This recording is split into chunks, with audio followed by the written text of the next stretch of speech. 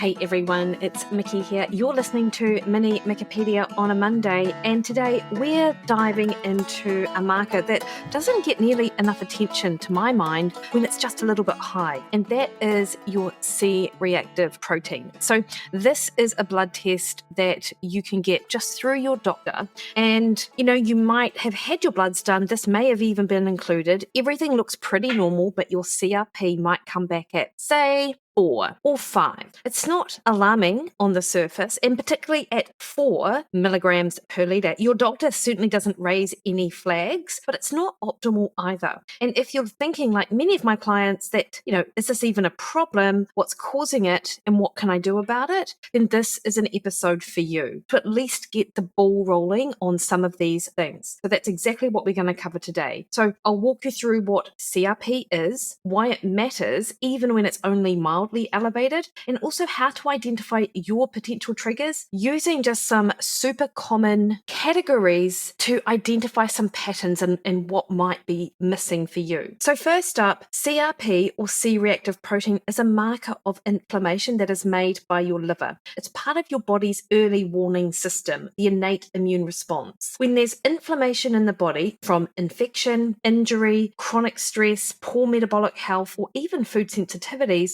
your liver will produce CRP. It's not specific to where the inflammation is, but it does tell us that inflammation is present.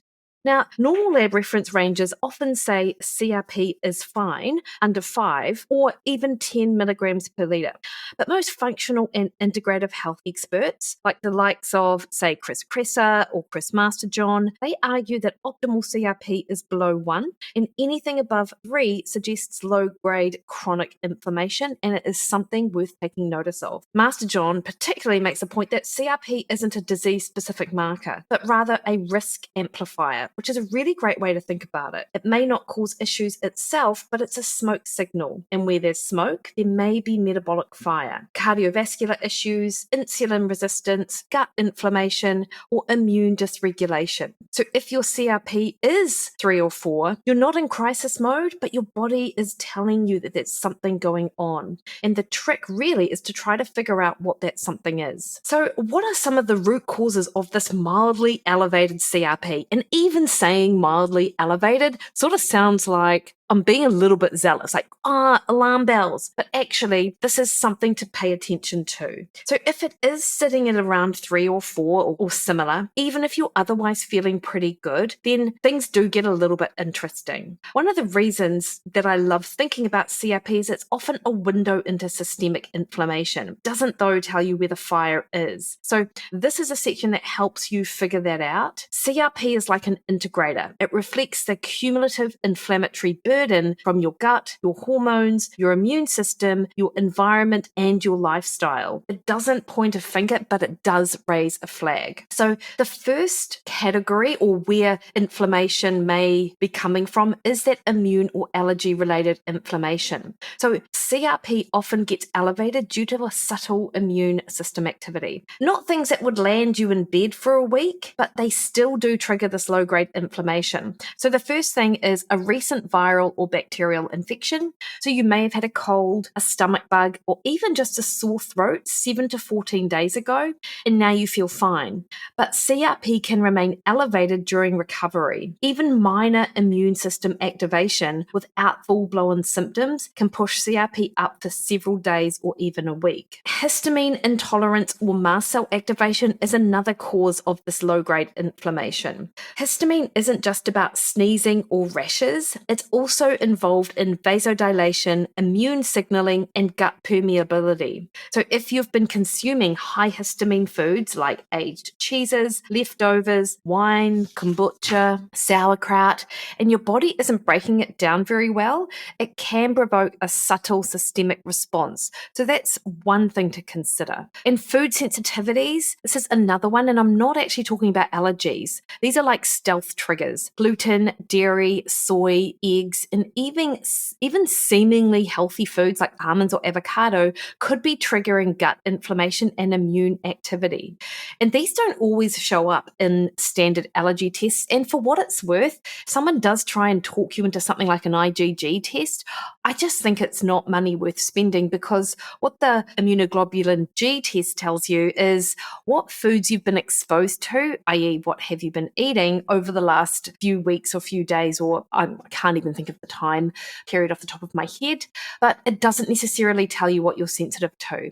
What I really encourage you to do is, with this information about food sensitivities, is be really honest about foods that you tolerate and foods that you don't.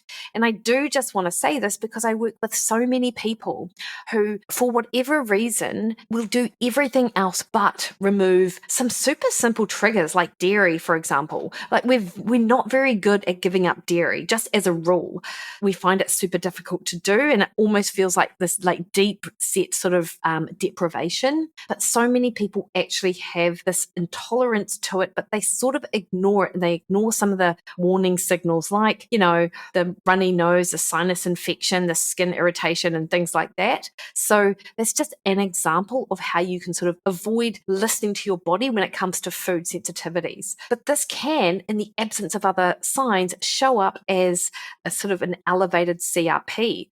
So if you do have foods that you know you don't really tolerate, but you eat them anyway, and you get a blood test result that has a mildly elevated CRP, then certainly that's telling you something and is something to address. What I would also say, though, is track how you feel after meals. Symptoms like fatigue, brain fog, itchiness, or bloating can show up hours later, and they're often dismissed. So actually keeping a record of the food that you eat and any symptoms or patterns that you feel can help you get to the bottom of any food sensitivities. And this may relate to that elevated CRP that you're seeing on your blood test that can't be explained by anything else. And this, of course, leads me to a second driver of that mildly elevated CRP, which is gut-driven inflammation. This is definitely one foundational system to assess in the presence of that elevated CRP. And the gut is the single largest interface between your body and the outside world. And if it's inflamed, your whole system will be. So some signs of this gut-driven inflammation include dysbiosis or small intestinal bacterial overgrowth. And these are incredibly common and don't always present with obvious symptoms.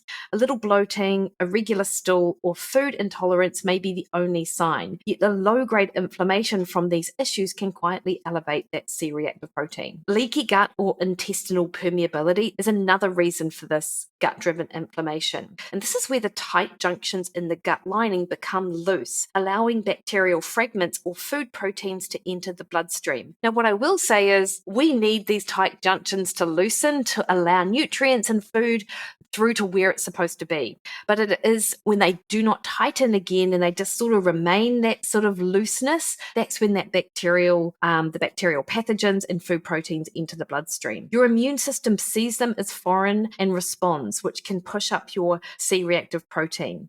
Also in the gut area, a new probiotic or fermented food reaction. And look, this is a bit of a twist. Sometimes the things we add to improve gut health can backfire. There can be this probiotic mismatch where strains aren't compatible with your current microbiome, and they can actually trigger an immune response. The same goes for fermented foods as well, especially in people with histamine issues, because of course fermented foods are high in that histamine increasing compounds. So if you've just added a probiotic, or you're eating more kraut or kimchi and you notice new symptoms, or you see this concomitant increase in CRP on your blood work, consider pausing it for a few weeks just to see whether that changes anything. And I really like how Dr. Michael Ruscio talks about probiotics in the gut, in that just layering on one probiotic isn't necessarily going to address any of these gut-related issues, because sometimes we're adding on a probiotic that we don't really need. And so that can create or drive up the bacterial overgrowth and lead to additional symptoms. So again, this is another reason why really keeping an eye on sort of the things that you're taking and the food that you're eating and any symptoms that are the likely or could be contributing. Now, another potential trigger for an elevated CRP are these hormonal shifts in metabolic health. And this, of course, is especially relevant for women, and it's an area where inflammation and hormones cross paths all of the time. So estrogen helps maintain gut barrier integrity, improves insulin sensitivity, and modulates immune responses. And as levels fluctuate, particularly in perimenopause, where they can be 3 times higher than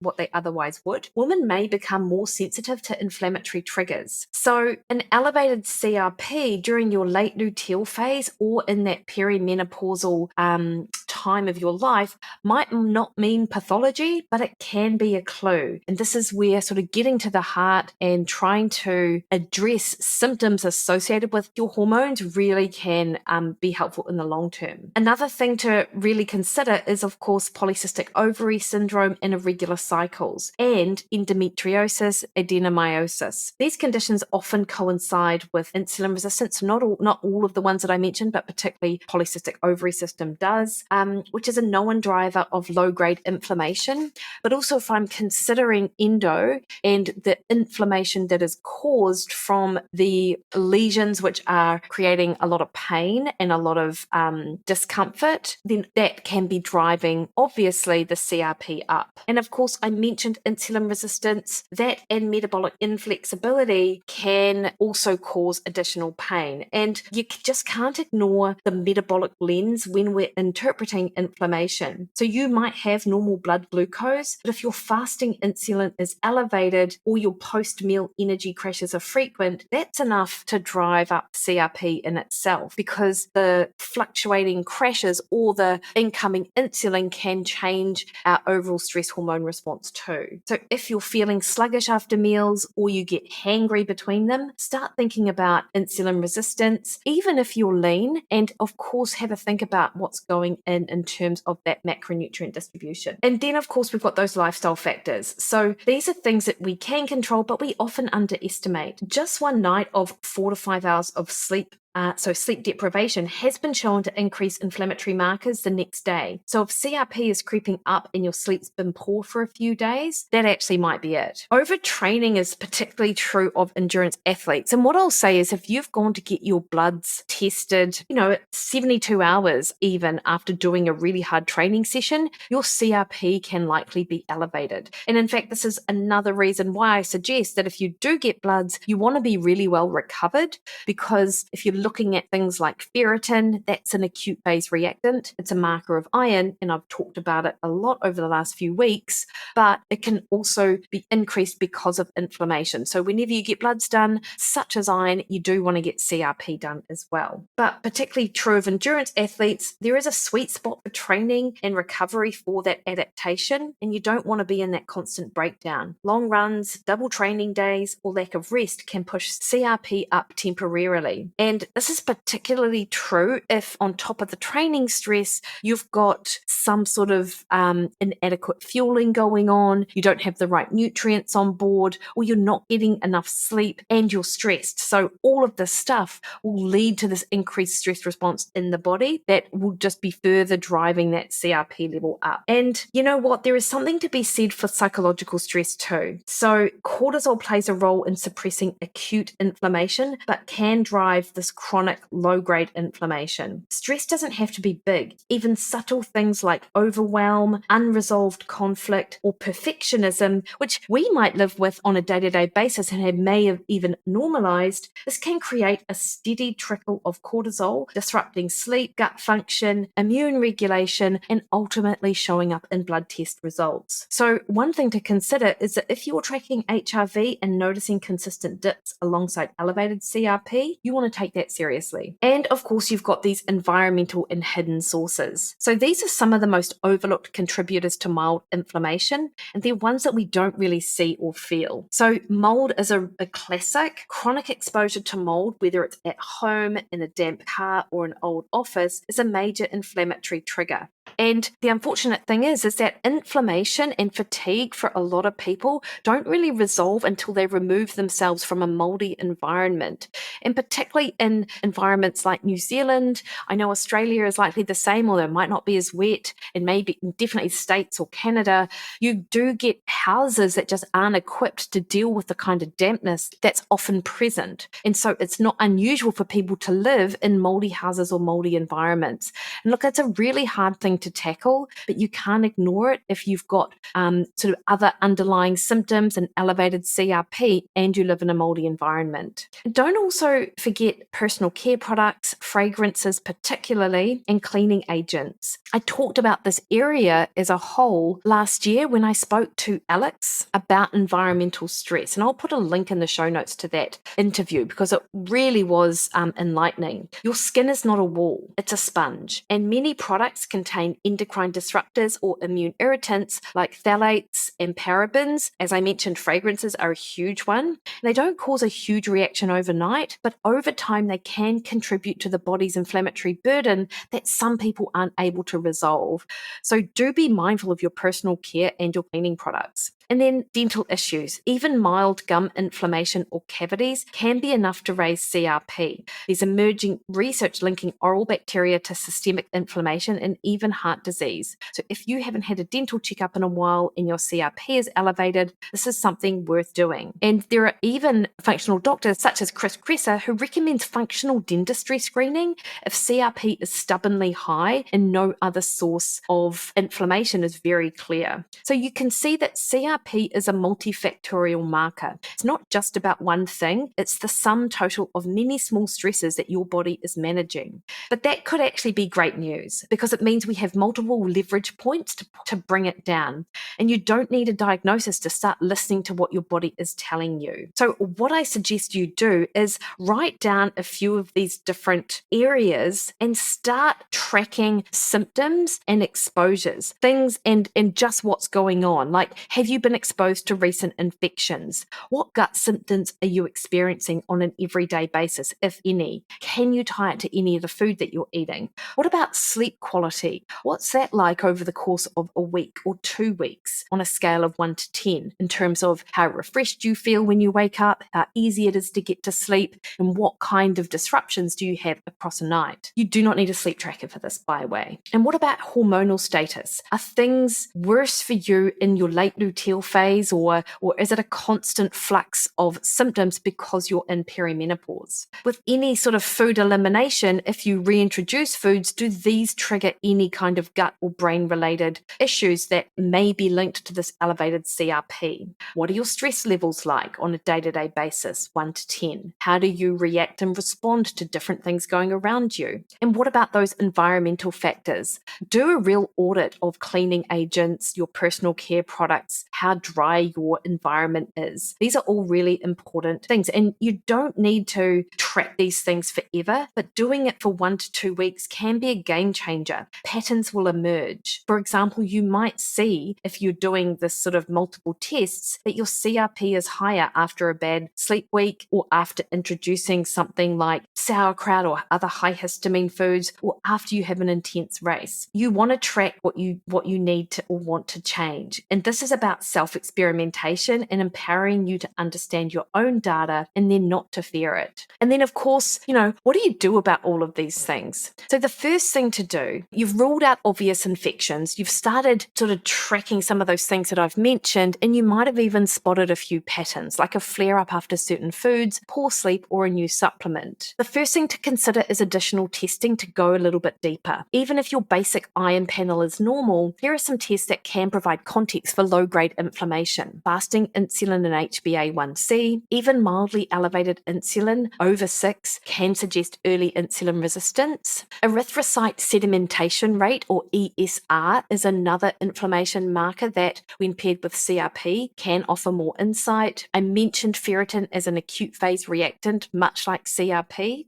High ferritin with other normal iron parameters may reflect inflammation. You have liver enzymes such as ALT, AST, and GGT GT, which could suggest low-grade liver stress, such as metabolic-associated fatty liver disease. That will silently drive up your C-reactive protein. Low vitamin D is often associated with elevated inflammation and immune dysregulation. A comprehensive stool test like a GI map or a GI 360, and you can order that through functional practitioners such as myself and other nutritionists if you have gut-related issues, and also the Dutch hormone testing, dried urine test for comprehensive hormones, if you suspect there's some sort of hormonal imbalance or cortisol issues due to perimenopausal shifts. And that's another one you can order through a functional practitioner. And this might be helpful if your CRP doesn't drop after 4 to 6 weeks of intervention, which of course means that you need to test and retest. And you can do that in New Zealand through mytests.co.nz,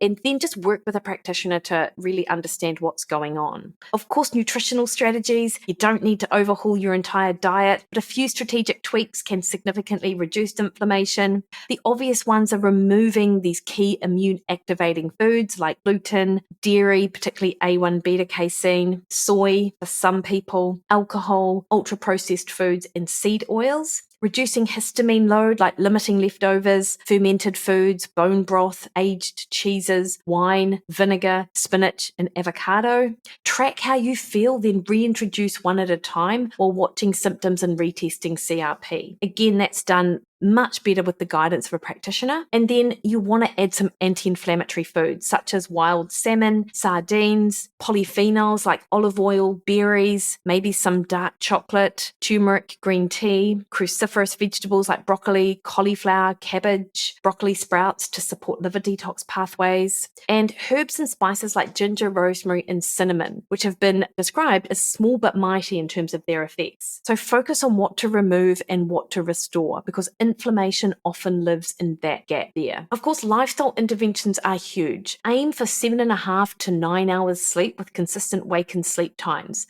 Ideally, you'd be in bed before 10:30. Use blue light blockers or amber lighting 90 minutes before bed. Trial something like magnesium glycinate, tart cherry juice, or glycine pre-bed if sleep is disrupted. Focus on stress, using an HRV tracker to watch for dips during high sort of periods of inflammation or high stressful periods. Can you start a breathing practice like box breathing or physiological sighs? These tend to work well to help engage your parasympathetic nervous system. And then build in micro breaks through the day. So taking a 10-minute walk, this can really help reset your nervous system. You're constantly in fight or flight, then your C-reactive protein will constantly have that mild elevation. And then if you have been overtraining, like a lot of athletes can get into the pattern of, swap that high volume or high intensity for a little bit more sort of walking, zone 2, Pilates, certainly strength work. And if you're sedentary, then add some movement snacks in. 5 to 10 squats or a short walk every few hours reduces that inflammatory signaling. So where you're at right now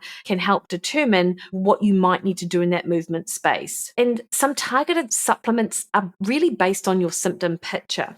You want to match supplements to the likely mechanism of your inflammation. So this is why keeping a track of what's going on is super helpful. General anti-inflammatory support is your omega-3s, 1.5 to 3 grams daily from a high-quality fish oil like the Performance that I use. Turmeric, which is curcumin but with piperine as well, 500 to 1,000 milligrams a day. Looking for that Mariva formulation for absorption, or theracurmin. I mentioned magnesium, 300 to 400 milligrams a day, glycinate or threonate. Thinking about the gut, L-glutamine is one that's often used, 5 grams a day to support gut lining. Zinc carnosine or DGL, deglycerinated licorice, for mild gut inflammation. Digestive enzymes or bitters if you suspect poor digestion. Histamine support or mast cell activation specific. You'll want to be looking at a DAO enzyme before meals if high histamine meals trigger symptoms. Quercetin, 250 to 500 milligrams twice a day stabilizes mast cells.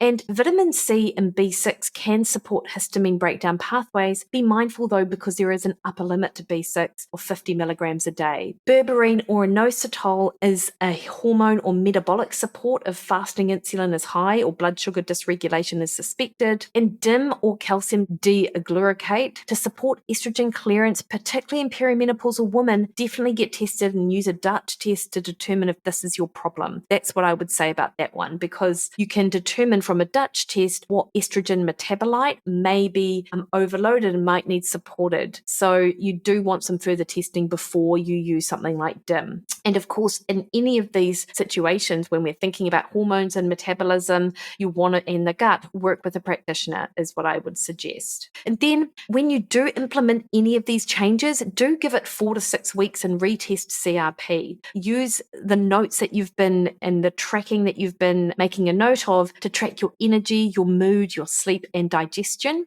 And you don't have to be perfect either. You just want to recognize the variables that move the needle for you. And that's where true functional health tends to live. The last thing, which I forgot to mention actually, was in that personal care, fragrance, cleaning agents sort of space, I would suggest that you start swapping out what might be triggering issues for you, or that does have phthalates or parabens and things like that, and start swapping them out for eco-store type products and ones which are much milder and gentler on your skin and on the environment as well. So if I go full circle, this has all been about reducing that inflammatory load, albeit a mild inflammatory load, like a CRP of 3 and 4. It doesn't mean that something's wrong, but it does mean that there's something that could be underlying. And the earlier you listen to that, the less likely it becomes a bigger issue down the line. So hopefully you found this helpful. Let me know. I'm always keen on your feedback